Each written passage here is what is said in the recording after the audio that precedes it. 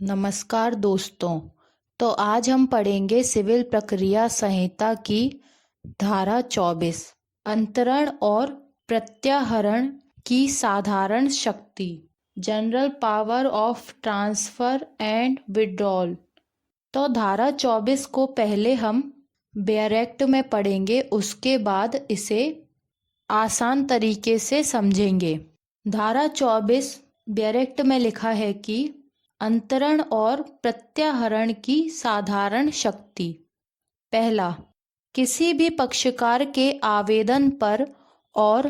पक्षकारों की सूचना देने के पश्चात और उनमें से जो सुनवाई के इच्छुक हों उनको सुनने के पश्चात या ऐसी सूचना दिए बिना स्वप्रेरण से उच्च न्यायालय या जिला न्यायालय किसी भी प्रकरण में। तो अब हम इसे समझते हैं कि धारा 24 का टाइटल कहता है अंतरण और प्रत्याहरण की साधारण शक्ति। अंतरण का मतलब होता है ट्रांसफर करना, एक जगह से दूसरी जगह मामले को ट्रांसफर करना, और प्रत्याहरण होता है वापस ले लेना या फिर वापस अपने पास मामले को मंगा लेना। तो अंतरण और प्रत्याहरण की साधारण शक्ति धारा 24 में हमें यह देखने को मिलेगा कि अंतरण और प्रत्याहरण की साधारण शक्ति किसके पास है। तो धारा 24 की उपधारा 1 हमें यह बताती है कि किसी भी पक्षकार के आवेदन पर, मतलब कि वादी भी हो सकता है या प्रतिवादी भी हो सकता है, और पक्षकारों को सूचना देने के पश्चात, इसका मतलब है कि अन्य पक्षकारों को सूचना देने के पश्चात और उनमें से जो भी सुनवाई के इच्छुक हो, मतलब वो अपना पक्ष रखना चाहते हो, वह सुनवाई के इच्छुक हो, उनकी इच्छा हो कि उनके पक्ष को सुना जाए, उनको सुनने के पश्चात, उनको सुनने के बाद या ऐसी सूचना दिए बिना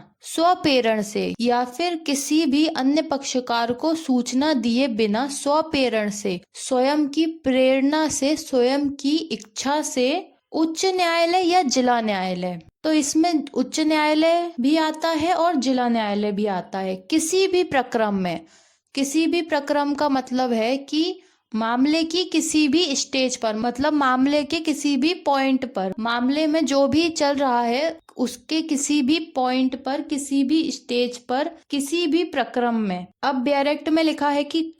ऐसे किसी वाद, अपील या अन्य कार्यवाही को जो उनके सामने विचारण या निपटारे के लिए लंबित है, अपने अधीनस्थ ऐसे किसी न्यायालय को अंतरित कर सकेगा जो उसका विचारण करने या उसे निपटाने के लिए सक्षम है। तो इसका मतलब है कि ऐसे किसी वाद, अपील या अन्य कार्यवाही को, इसमें सभी चीजें आ जाती हैं। कोई वाद है उसमें, या किसी के द्वारा अपील की गई है तो उस अपील में, या फिर मामले की कोई अन्य कार्यवाही है, जैसे डिक्री के निष्पादन से संबंधित जो कार्यवाही होती है उसमें, जो उनके सामने विचारण या निपटारे के लिए लंबित है। किनके सामने विचारण या निपटारे के लिए लंबित है? उच्च न्यायालय के सामने या जिला न्यायालय के सामने। अपने अधीनस्थ ऐसे किसी न्यायालय को अंतरित कर सकेगा। तो उच्च न्यायालय या जिला न्यायालय अपने अधीनस्थ, यानी कि अपने नीचे के, अपने अधीन किसी न्यायालय को, मामले को अंतरित कर सकेगा, मामले का ट्रांसफर कर सकेगा, जो उसका विचारण करने या उसे निपटाने के लिए सक्षम है। तो वह ऐसा अंतरण किसी ऐसे न्यायालय को करेगा जो उसका विचारण करने के लिए, उसको निपटाने के लिए सक्षम हो, यानी कि वह अधीनस्थ न्यायालय उस मामले की सुनवाई करने के लिए सक्षम होना चाहिए। इसके आगे डायरेक्ट में लिखा है कि अथवा अपने अधीनस्थ किसी न्यायालय में लंबित किसी वाद, अपील या अन्य कार्यवाही का प्रत्याहरण कर सकेगा तथा पहला, उसका विचारण या निपटारा कर सकेगा, अथवा दूसरा, अपने अधीनस्थ ऐसे किसी न्यायालय को उसका विचारण या निपटारा करने के लिए अंतरित कर सकेगा जो उसका विचारण करने या उसे निपटाने के लिए सक्षम है, अथवा तीसरा, विचारण या निपटारा करने के लिए उसी न्यायालय को उसका प्रत्यंतरण कर सकेगा जिससे उसका प्रत्याहरण किया गया था। तो धारा 24 की उपधारा 1 का खंड ख कहता है कि अपने अधीनस्थ किसी न्यायालय में लंबित किसी वाद, अपील या अन्य कार्यवाही का प्रत्याहरण कर सकेगा। इसका मतलब यह है कि कोई भी उच्च न्यायालय या जिला न्यायालय अपने अधीनस्थ किसी न्यायालय में लंबित यानी कि पेंडिंग मतलब बहुत समय से केस ऐसे अधीनस्थ न्यायालय में चल रहा है, लंबित है, ऐसे लंबित किसी वाद को या किसी अपील या अन्य कार्यवाही का प्रत्याहरण कर सकेगा। यानी कि उच्च न्यायालय या जिला न्यायालय उसे अपने पास वापस मंगा सकेगा। प्रत्याहरण का मतलब होता है कि वाद को या अपील को या किसी अन्य कार्यवाही को जिससे भी संबंधित मामला चल रहा है, उस अवस्था के मामले को अपने पास वापस प्रत्याहरित कर लेना, अपने पास वापस मंगा लेना। उच्च न्यायालय, जिला न्यायालय अपने अधीनस्थ न्यायालय में चल रहे किसी मामले को, जो मामला किसी अधीनस्थ न्यायालय में अभी चल रहा है, लंबित है, उस मामले को अपने पास प्रत्याहरण कर सकता है। प्रत्याहरण का मतलब होता है अपने पास मामला वापस मंगा लेना। तो यह वह किसी वाद में भी कर सकता है या फिर किसी अपील में भी कर सकता है या किसी अन्य कार्यवाही मतलब डिक्री के निष्पादन से संबंधित कोई कार्यवाही में भी जिला न्यायालय या उच्च न्यायालय उस कार्यवाही को या उस केस को या फिर उस अपील को अपने पास, अपने अधीन किसी न्यायालय से अपने पास वापस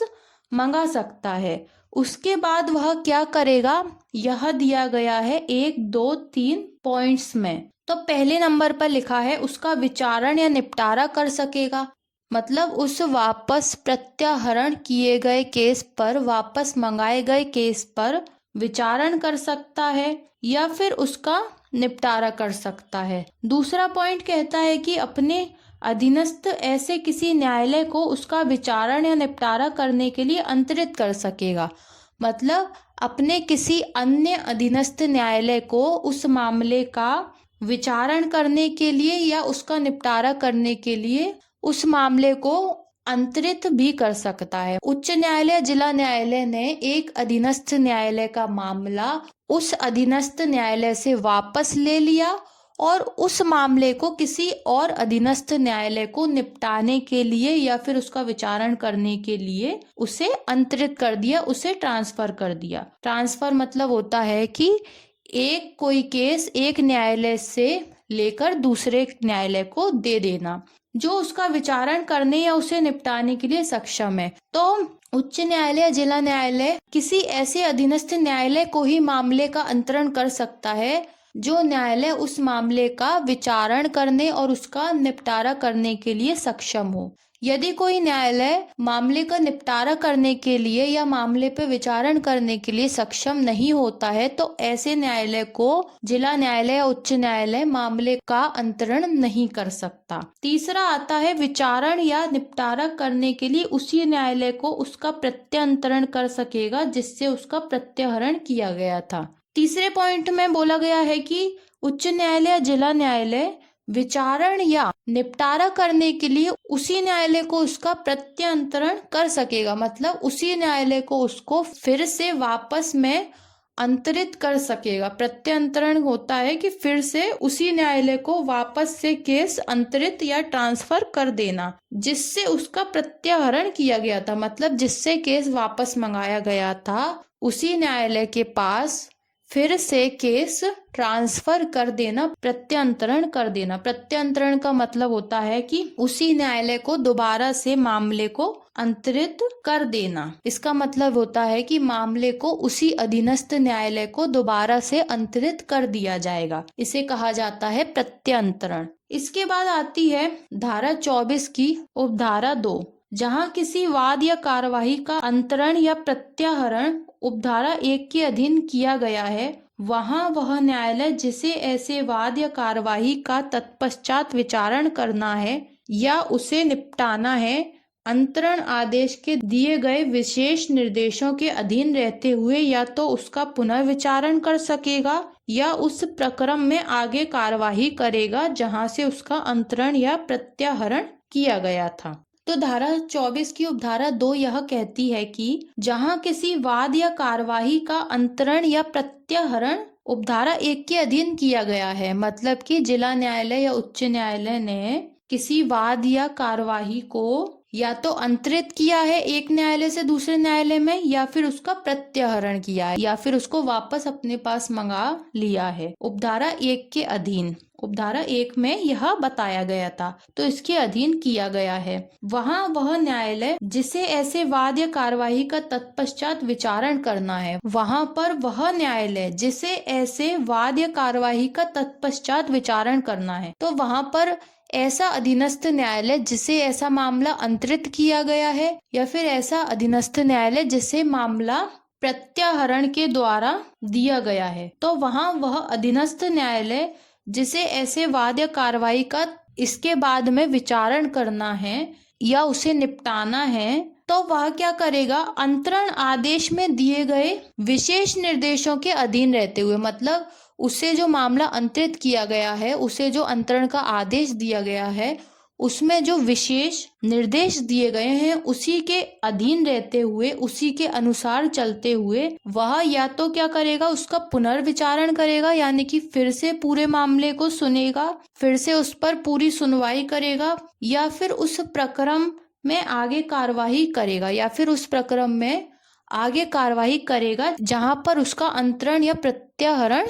किया गया था, मतलब जहां से मामला उसको अंतरित किया गया था वहीं से वह मामले की आगे कार्यवाही करेगा, या फिर जहां से मामला उसको प्रत्याहरण किया गया था वहीं से मामले की आगे कार्यवाही करेगा। तो यह थी धारा 24 की उपधारा 2। इसके बाद आती है उपधारा 3। इस धारा के प्रयोजनों के लिए क अपर और सहायक न्यायाधीशों के न्यायालय जिला न्यायालय के अधीनस्थ समझे जाएंगे, और ख कार्यवाही के अंतर्गत किसी डिक्री या आदेश के निष्पादन के लिए कार्यवाही भी है। तो उपधारा 3 के का पॉइंट में बताया गया है कि अपर और सहायक न्यायाधीशों के न्यायालय जिला न्यायालय के अधीनस्थ माने जाएंगे, मतलब कि अपर और सहायक न्यायाधीशों का जो न्यायालय होगा उसे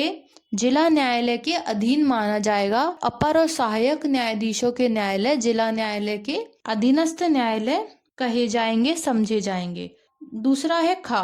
कार्यवाही के अंतर्गत किसी डिक्री या आदेश के निष्पादन के लिए कार्यवाही भी है। तो कार्यवाही के अंतर्गत क्या क्या आता है यह हमें बताया गया है ख पॉइंट में। तो कार्यवाही में आता है डिक्री या आदेश का निष्पादन करने के लिए, डिक्री या आदेश का पालन करवाने के लिए जो कार्यवाही की जाती है वही कार्यवाहियां धारा 24 में लिखी हुई हैं। इसी कार्यवाही शब्द को धारा 24 में लिखा गया है, यानी कि डिक्री या निष्पादन से संबंधित कार्यवाहियां ही धारा 24 के अंतर्गत कार्यवाही मानी जाएगी।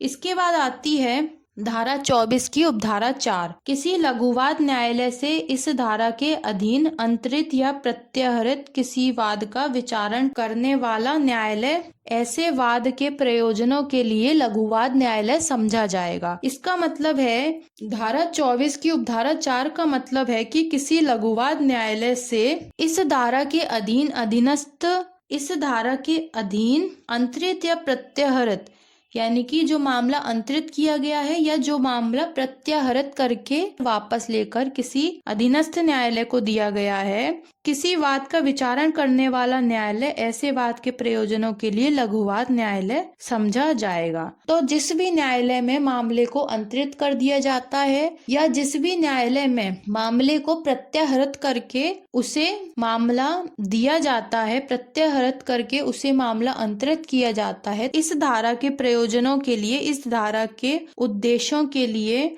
लघुवाद न्यायालय समझा जाएगा। तो अंतरित या प्रत्याहृत किसी वाद का विचारण करने वाला न्यायालय ऐसे वाद के प्रयोजनों के लिए, ऐसे वाद के उद्देश्यों के लिए लघुवाद न्यायालय समझा जाएगा। इसके बाद आती है धारा 24 की उपधारा 5। कोई वाद या कार्यवाही उस न्यायालय से इस धारा के अधीन अंतरित की जा सकेगी जिसे उसका विचारण करने की अधिकारता नहीं है। तो धारा 24 में कोई वाद या कार्यवाही किसी ऐसे न्यायालय से भी लेकर अंतरित की जा सकती है जिस न्यायालय को ऐसे वाद या कार्यवाही का विचारण करने की अधिकारता न हो। तो वाद या कार्यवाही किसी ऐसे न्यायालय से लेकर भी अंतरित की जा सकती है जिसे पूर्व में ही ऐसे मामले या वाद या कार्यवाही पर सुनवाई करने की अधिकारता थी ही नहीं, और फिर भी वह ऐसे मामले की सुनवाई कर रहा था। तो जब उच्च न्यायालय जिला न्यायालय को यह पता चलता है कि ऐसे अधीनस्थ न्यायालय या ऐसे लघुवाद न्यायालय को उस मामले की सुनवाई करने की अधिकारता थी ही नहीं,